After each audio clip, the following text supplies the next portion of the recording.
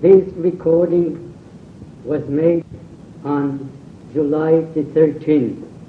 Day in America, they're going to decide to whom Israel belongs. They're going to divide the land.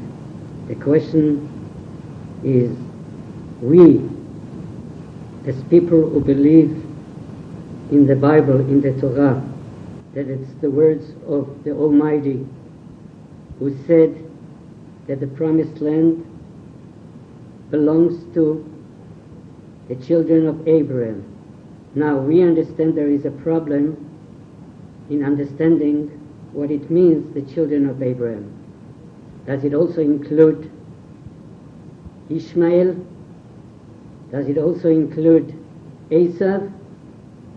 Well, let's learn together the Torah and find out the answer to whom Israel belongs, to whom the Almighty gave Israel. Let's turn to chapter 12, verse 7. And God appeared to Abraham, and he said, to your children I will give this land. Now let's turn to chapter 13, verse 14. And God said to Abraham, after he separated from Lot, raise your eyes and look and see north, south, east and west, because all the country that you can see, I will give it to you and to your children forever and ever. Now let's turn to chapter 15, verse 7. And God said to Abraham, I am your God who took you out from Ur Kasdim to give you this land, Lerishta, which means to inherit, but it also has another meaning, which means to chase out the people who live there. I will give you a few examples in the Bible where the word is used as to chase out. It's the same root. If you look in the 5th book of Moses, chapter 12, verse 29, if you look there, you will find that God talks about that he will destroy the enemy, that you will come there, and you will chase out the people who live there, and then you will inherit it, and you will live there. So there, the same root that we have here in Genesis is also used in the 5th book of Moses, where the word means to chase out. Now, why am I telling you all this? It is very important to know that God told Abraham that he is going to inherit the land. So in the chapter 14, verse number 8, Abraham is saying to God, how do I know that I will inherit it? So it gives you the feeling as if he doesn't trust God. And we know that Abraham did believe in God, as we said in sentence number 6. So how can he not trust God and not believe in him? So therefore I had to go in and explain what really happened when God told them that he will be able to chase out the enemy, or as some people translate, that he will inherit it. But since it has two meanings, Abraham thought that he is now capable, and he proved himself above when he made the wars against the Sodom and all these kings, and he conquered them, he felt that he can now chase out the people. And so he asked God, just give me a sign and I will chase them out. So therefore, God tells them no. And he tells them, verse 13, that his children will live in a country that doesn't belong to them, in a strange country for 400 years, until the people, the Amorites, will be punished. Their sin will be full, and therefore they will be punished. And this will happen only 4 generations later. This gives you a better understanding what was going on. Abraham thought that he can chase them out right now. Now, what is important to show you that it's very hard to translate from one language to another language, especially the Word of God. It has many meanings, and I will prove it to you later.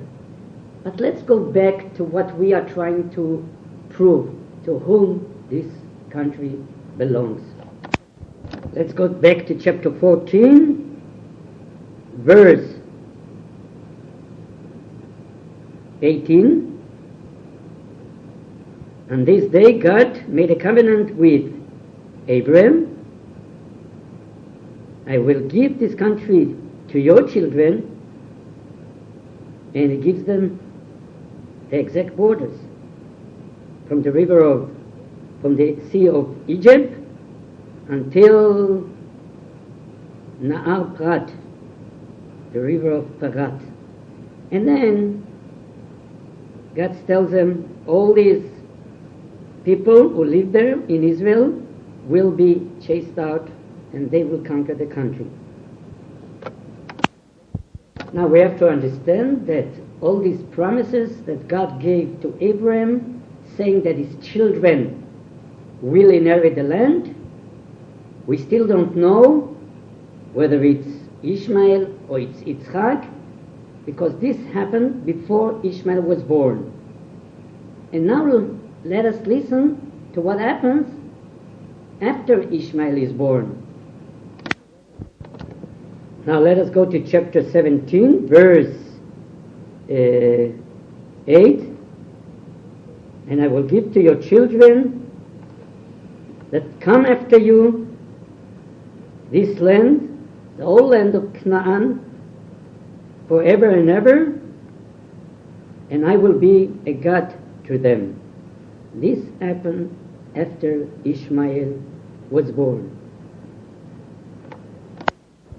Now let us go to chapter 17, verse 16.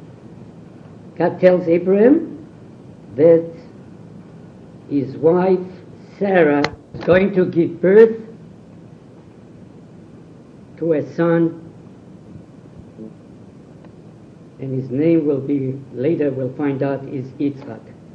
Now let us understand and try to think, what was Abraham thinking before Isaac was born? It took about 13 years between Ishmael and Isaac. I'm sure that he was thinking that all these promises will go to Ishmael. Now, how can I prove it that he was thinking in such a way?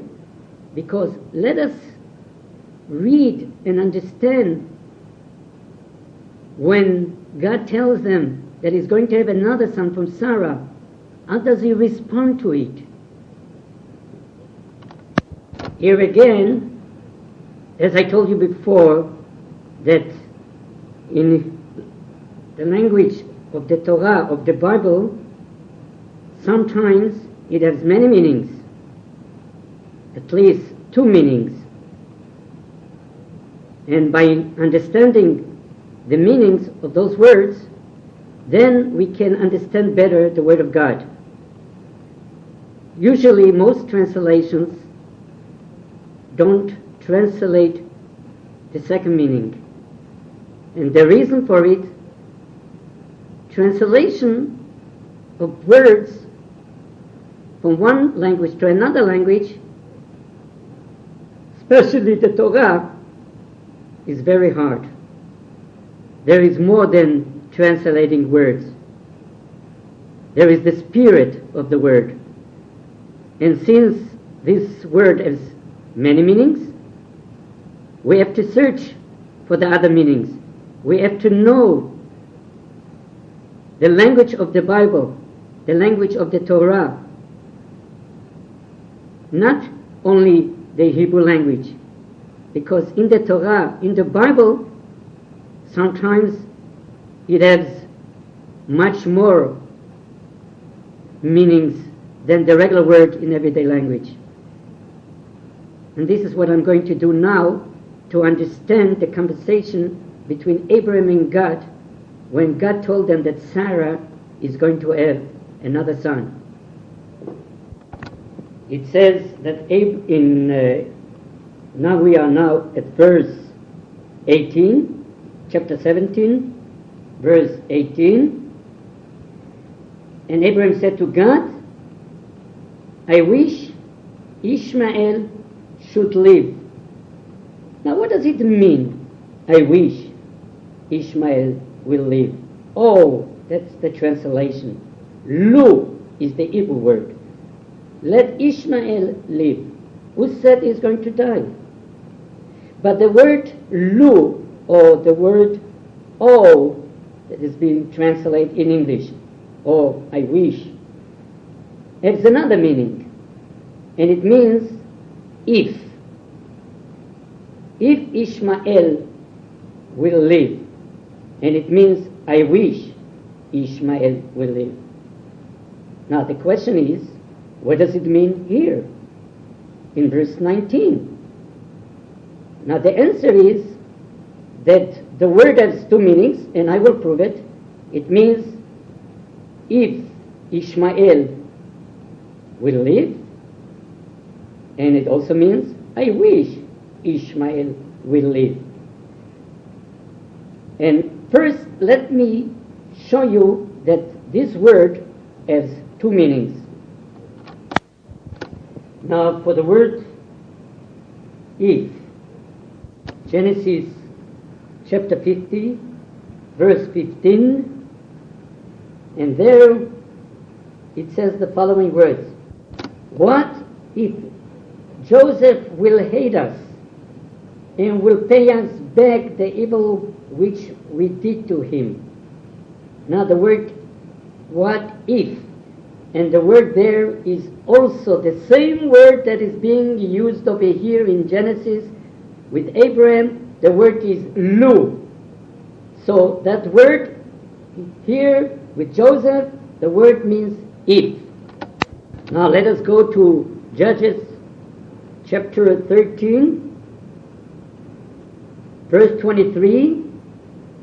And the wife of Manoah said, if God wants to kill us, he wouldn't have taken our sacrifice and wouldn't have shown us all this.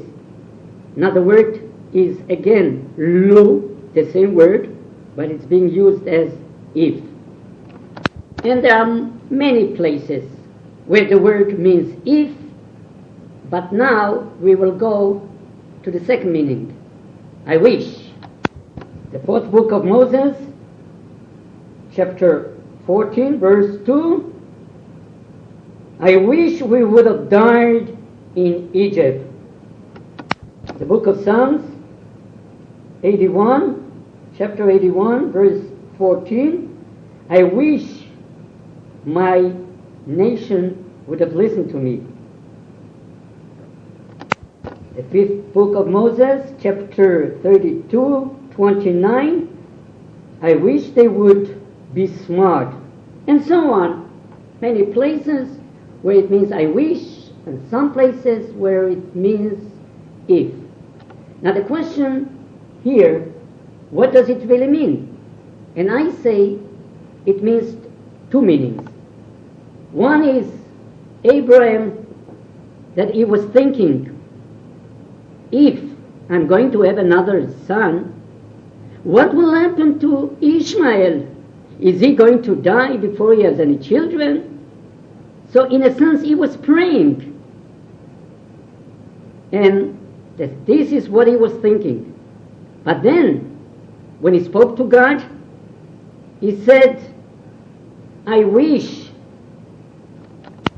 that Ishmael should live.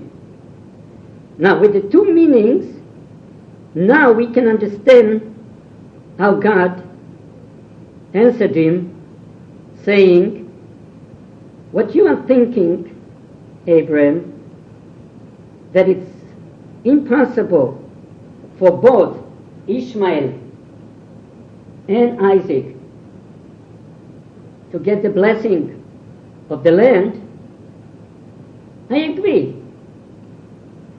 And your problem is that you think that Ishmael will die without any children. So I'm telling you, no, he is going to have children. And then it says, and God said to him, but Sarah will have a child, and you will call him Isaac.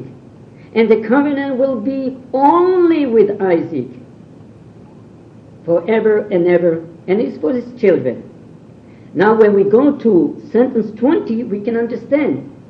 And to Ishmael I heard. What does it mean? It means your prayer that you said quietly. How is it possible for Ishmael to live and have children? He'll probably die without having children. And you were praying, I wish it wouldn't happen. So I heard your prayer. I bless him too. And he will have 12 tribes. But the covenant will be only with Isaac. And he will get the land, not Ishmael. Now, to have a better understanding about what we just said, how Ishmael is rejected and Isaac is being accepted by God as the one who will inherit the land, we have to go back to chapter 16, and we have to pay attention to a few words there. It says in the beginning that Sarah wasn't able to bring a child to Abraham, and she recommends Hagar. And when Hagar became pregnant, she felt that now she will have a child, and she is the one that God, and her son will be the one that will inherit the land and will get the blessing of Abraham. And she behaved in a certain way towards Sarah. She looked down upon Sarah, and Sarah understood that there is much more than her behavior. She knew in a sense what she was thinking, and therefore she told Abraham to chase her out. And this is what happens. Hagar is out. She is being chased out. But there, the angel of God talks to her. Sentence number 9. And we have to pay attention to it. And the angel said, go back. Go back and serve Sarah, even if you have to be oppressed.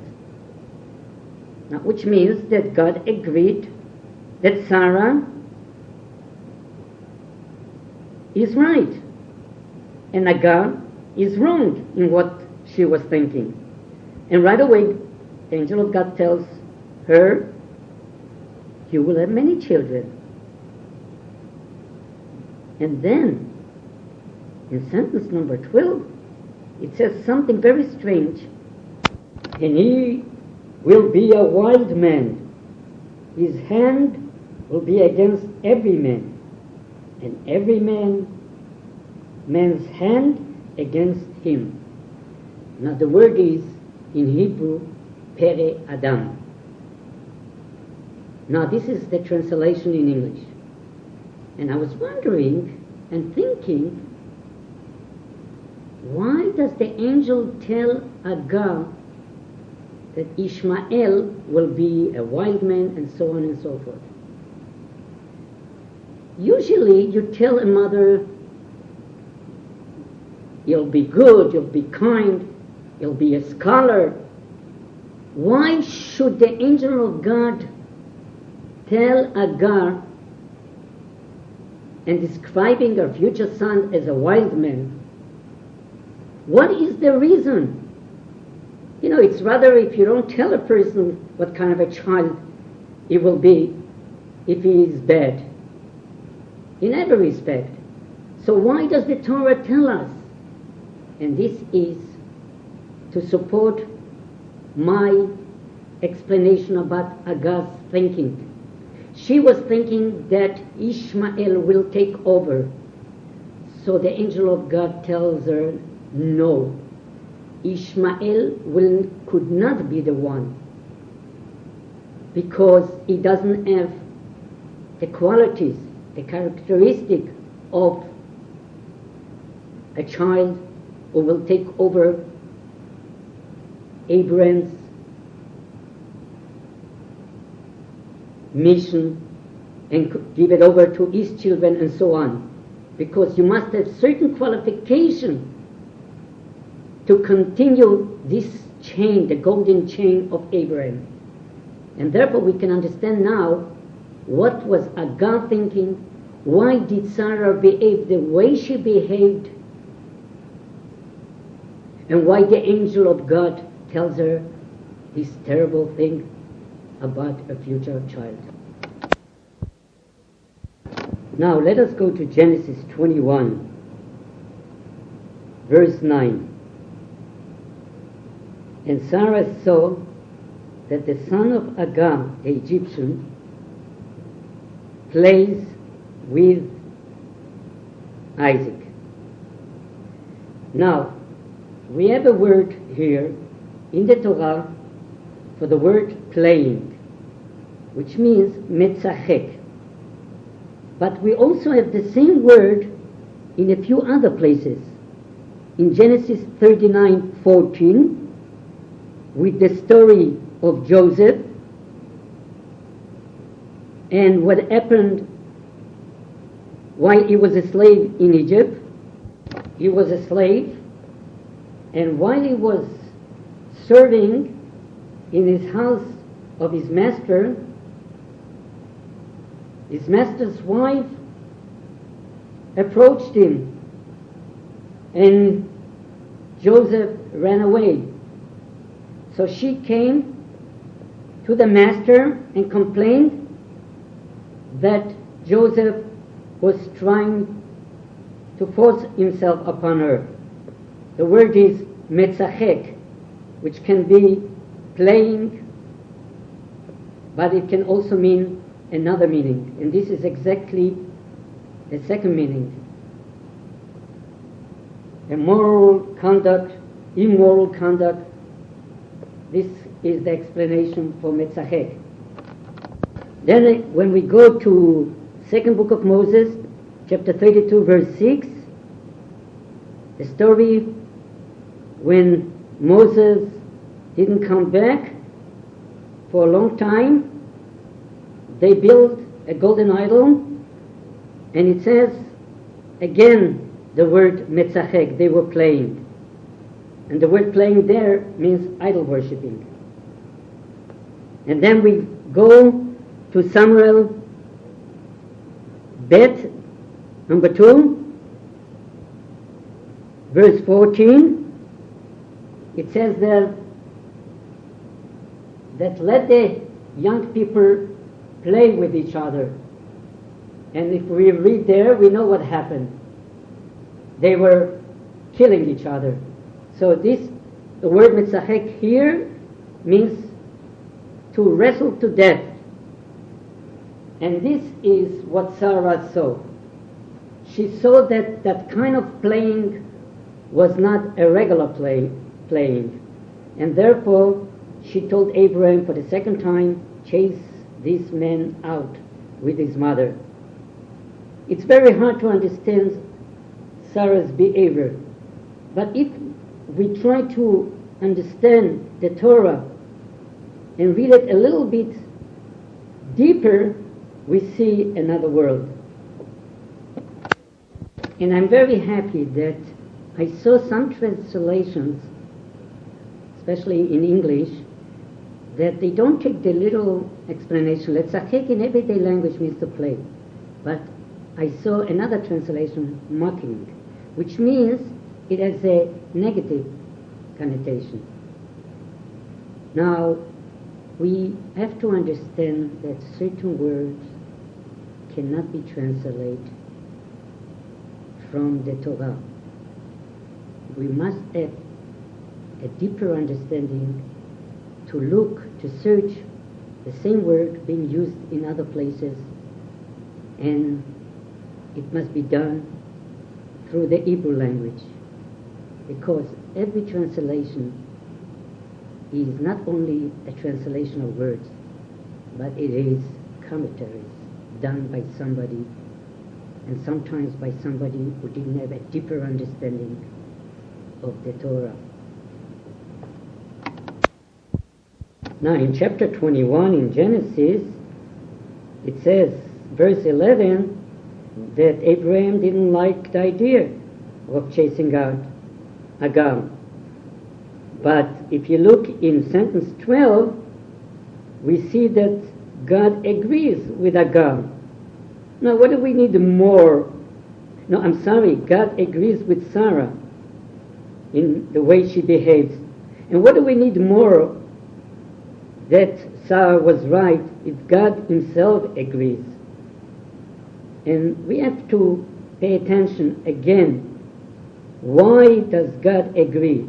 As it says at the end of sentence 12, that Isaac's name will be after Abraham, the one who will get the blessing, the one who will get the country.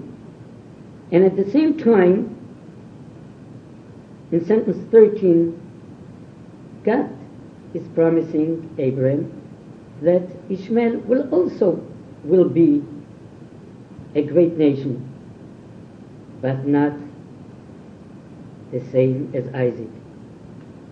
Isaac is the one who will continue the golden chain of Abraham. Now, if we go to chapter 21, verse 20 and 21, there is some details about Ishmael. And we ask ourselves, why is it important to tell us these details? And as I said many times, that there is a reason for every little detail that the Torah tells us. And let's hear what the Torah tells us here in chapter 21, verse 20. And God was with the young man. He grew up and he lived in the desert. And he was Roveh Kashet. He was a hunter. Now, why is it important to know what he did? And the reason is because hunters are mentioned 3 times in Genesis.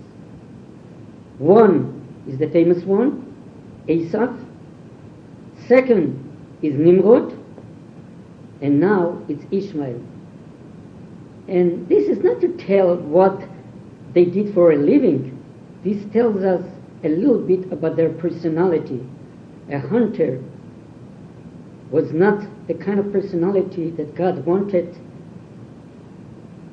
to be part of the golden chain of Abraham. As it says by Jacob, Ish Tam Yoshev Oalim. He was a simple person living in the tent, which means the opposite of hunting. A man who studied the Torah, a man who lived according to God's word. not a hunter, not one who goes on killing animals. And then when we go to sentence 21, again, it says exactly the address where Ishmael lived. He lived in the desert of Paran, and his mother took a wife for him, not from the land of Canaan, but from Egypt. And this is exactly why the Torah tells us that Ishmael goes out from the land that was promised to Abraham voluntarily, and he goes to Egypt. Now, as far as one obstacle is concerned, I said in the beginning we have two obstacles. One is the story of Ishmael. Does it belong to him and to his children? No, because he goes away from Canaan, and the country goes to Isaac, to Jacob, to Israel, and to the present Israel, not to anybody else. But now we're going to hear the story of Esau. Esau was the son of Isaac. So why shouldn't he be part of the inheritance of the children of Abraham, or the grandchildren? And now we're going to look into it and see how the second obstacle, so-called obstacle, is being removed by the Almighty. But before we go to the story of Esau, let us go to Genesis 25, sentence or verse 12. And we have to pay attention to what it says. It says this is the generation or the history of Ishmael, the son of Abraham, that Agar the Egyptian gave birth to Abraham, and then he refers to her as the slave of Sarah. Now, we have to pay attention to these words. When he talks about Ishmael, the Torah tells us that he's the son of Abraham. But then the sentence talks about Agar, that is a product of Agar the Egyptian, who is a servant to Sarah. Now, let's compare this to the next sentence in sentence number 19. And here again it says, this is the generation or the children of Isaac, the son of Abraham. Did you hear? The son of Abraham, which is the same thing by Ishmael, where it says Ishmael is the son of Abraham, but here is the difference. And it says Abraham gave birth to Isaac, which is very strange. He doesn't talk about Sarah. What he wants to say that Isaac and Abraham, this is the continuation of Abraham. He, so to speak, gave birth to Isaac. And when we go back to sentence number 12, when he talks about Ishmael, we talk about Agar, we talk about the Egyptian, we're talking about that she was the slave of Sarah.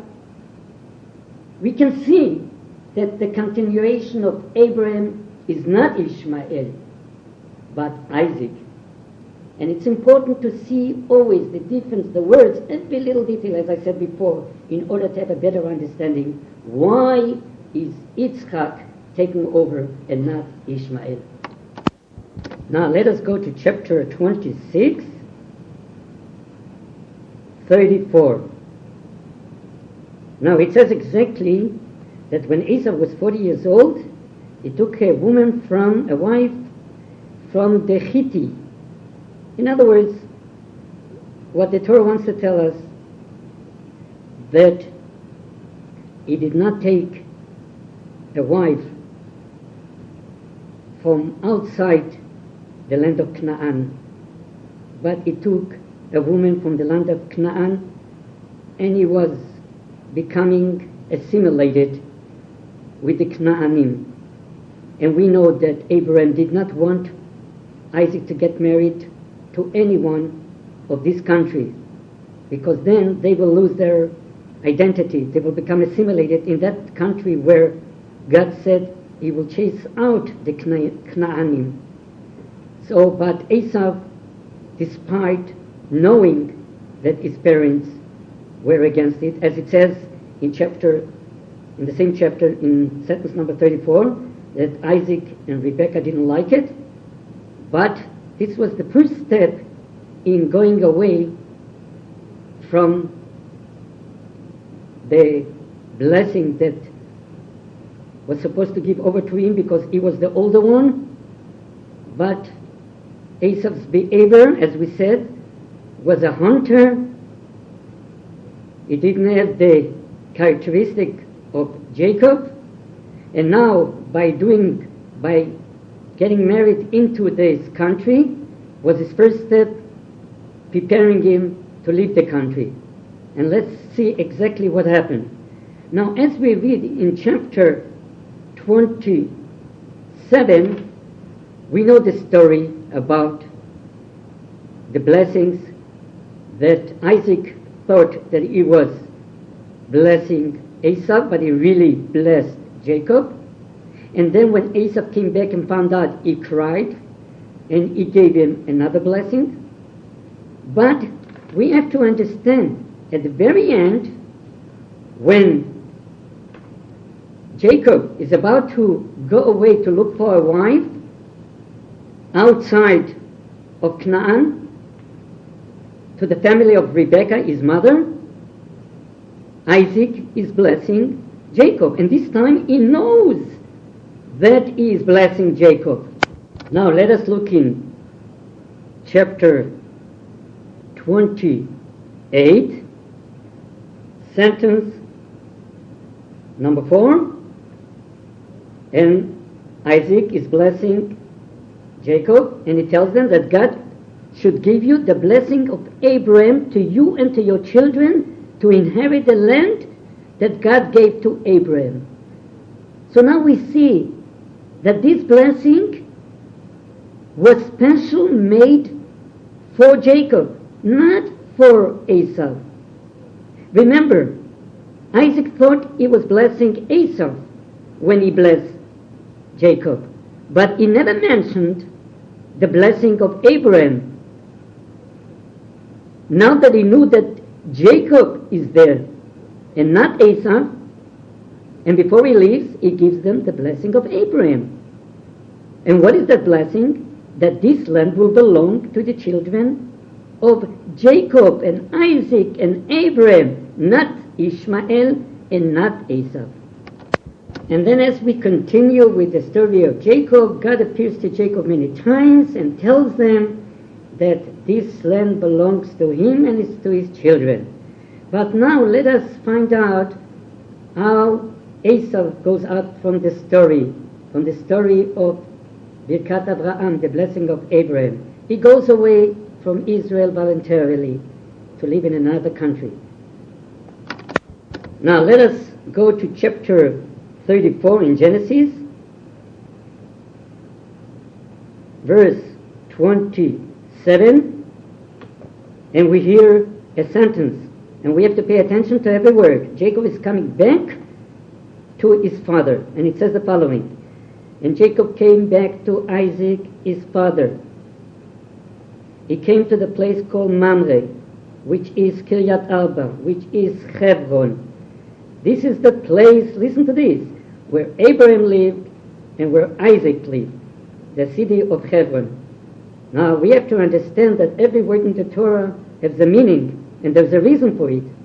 Why does he have to give us such an address of every little detail, telling us exactly what Hebron is all about? Abraham, Isaac, and now it is Jacob, and now it is the children of Israel, and now it's us.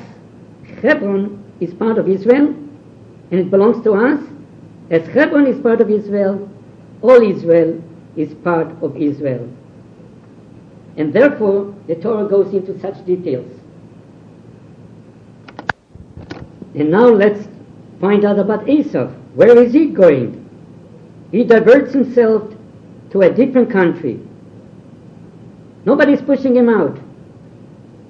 If you look in chapter 36, now, if you look at chapter 36, you see it's one of the longest chapters we have in Genesis. And it goes into such details. Who are the leaders, the generals of Esau? And so many details. And the question is, why do we have to know all this? Why did God write it? This is one of the things that many commentaries don't know the answer to it. Why so many details? Now, if we pay attention to many words and we look at it in depth, we can understand what the Torah wants to indicate, how Esau is diverting himself away from Israel, and he goes to the land of Edom, which is outside of Israel. And he goes voluntarily. And let's take a look. In chapter 36, it says, those are the generations of Esau. This Esau is Edom. And many, many times this is being repeated. And then it goes into who were the children, from where the children that he took, and so on and so forth. But when we come to sentence number 6, it says, and Esau took his wife, his children, and his daughters, and the whole family, and his cattle, and he went away from Jacob. And the reason it gives, because they couldn't live together, because they had many cattle. But we know that Esau went away because God wanted him to go away. Because God wanted Israel to belong to the Jewish people, not to the children of Esau. And then, as you continue in sentence 8, it says, and Esau lived in the mountain of Seir. Here again, Esau is Edom. And so we hear the word is being repeated again and again to say. And then when we come to sentence 19, here again, these are the children and these are the generals, those of Edom. Now, it's not finished. It's almost finished, but here again, we're going to hear again the name of Edom to make sure that he is part of Edom and is not part of Israel. Now, in the same chapter, we're coming at the very end, and it says the general of Magdiel, the general of Iran, those were the generals of Edom who lived in their land that they possessed. This is Esau, the father of Edom. So, in the beginning of this chapter, we heard this is the generations of Esau, this is Edom. And he ends with the same words, Esau is the father of Edom. Now, Esau is out. Now, if you look at the next chapter, just one sentence, number 1, it says, and but Jacob lived in the land of his father, which is the land of Canaan. And now, this is the end, to see what happened to Esau and what happened to Jacob, and who is the one that was part of that land, that is the land of Canaan, which became Israel, which was given to our forefathers, and so on and so forth, all through the generations. And we came back to this country because this country belongs to us, because God promised it to us, and for no other reason.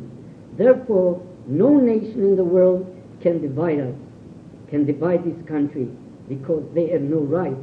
Kilia Aretz, as God said, their country belongs to me, and I can give it to the Jews because I promised the country to Abraham, to Isaac, to Jacob, and not to Ishmael, and not to Esau. And this is the lesson of the promised land. Anybody wants to know to whom Israel belongs, he should look or listen to this tape, and will have a better understanding that we have a right to Israel, not only today, but forever and ever. I would like to just add a few more words to reinforce the last words that I said before. This land belongs to us forever, and the whole country belongs to us. If you open to chapter 15, verse 18, it says the following: on this day, God made a covenant with Abraham, saying, to your children I gave this land, from the sea of Egypt until the Euphrates. Now we have to pay attention to every word. Usually, whenever God promised Abraham that he will give the land to his children, he always used the future. I will give. And here he said, the map is here. It was given to you. As if to say, if anything happens in the future in Jewish history, like today, you will know that there is a future for you, that all Israel, the whole map, will become a reality. I gave you, I made that map, not I will. Also, we find the same thing in another place. Chapter 17, number 8, it says, and I gave in the past to your children that will come after you the land, all the land of Canaan, forever and ever. Now, this is the two places where he uses the past. When he talks about the map, how Israel should look, he talks about, I gave you. The map is there. And when he talks about for how long would Israel belong to the Jewish people, again, he's using the past. I made up my mind that it will be forever and ever. Now, listening to these two sentences, it's words of encouragement that even though the whole world is against us, they all want to divide Israel, the small country. Don't give up. If you believe in the Torah, if you believe that it's divine, if you believe that it's the word of God, there is words of encouragement that this land, all of it, will be ours forever and ever.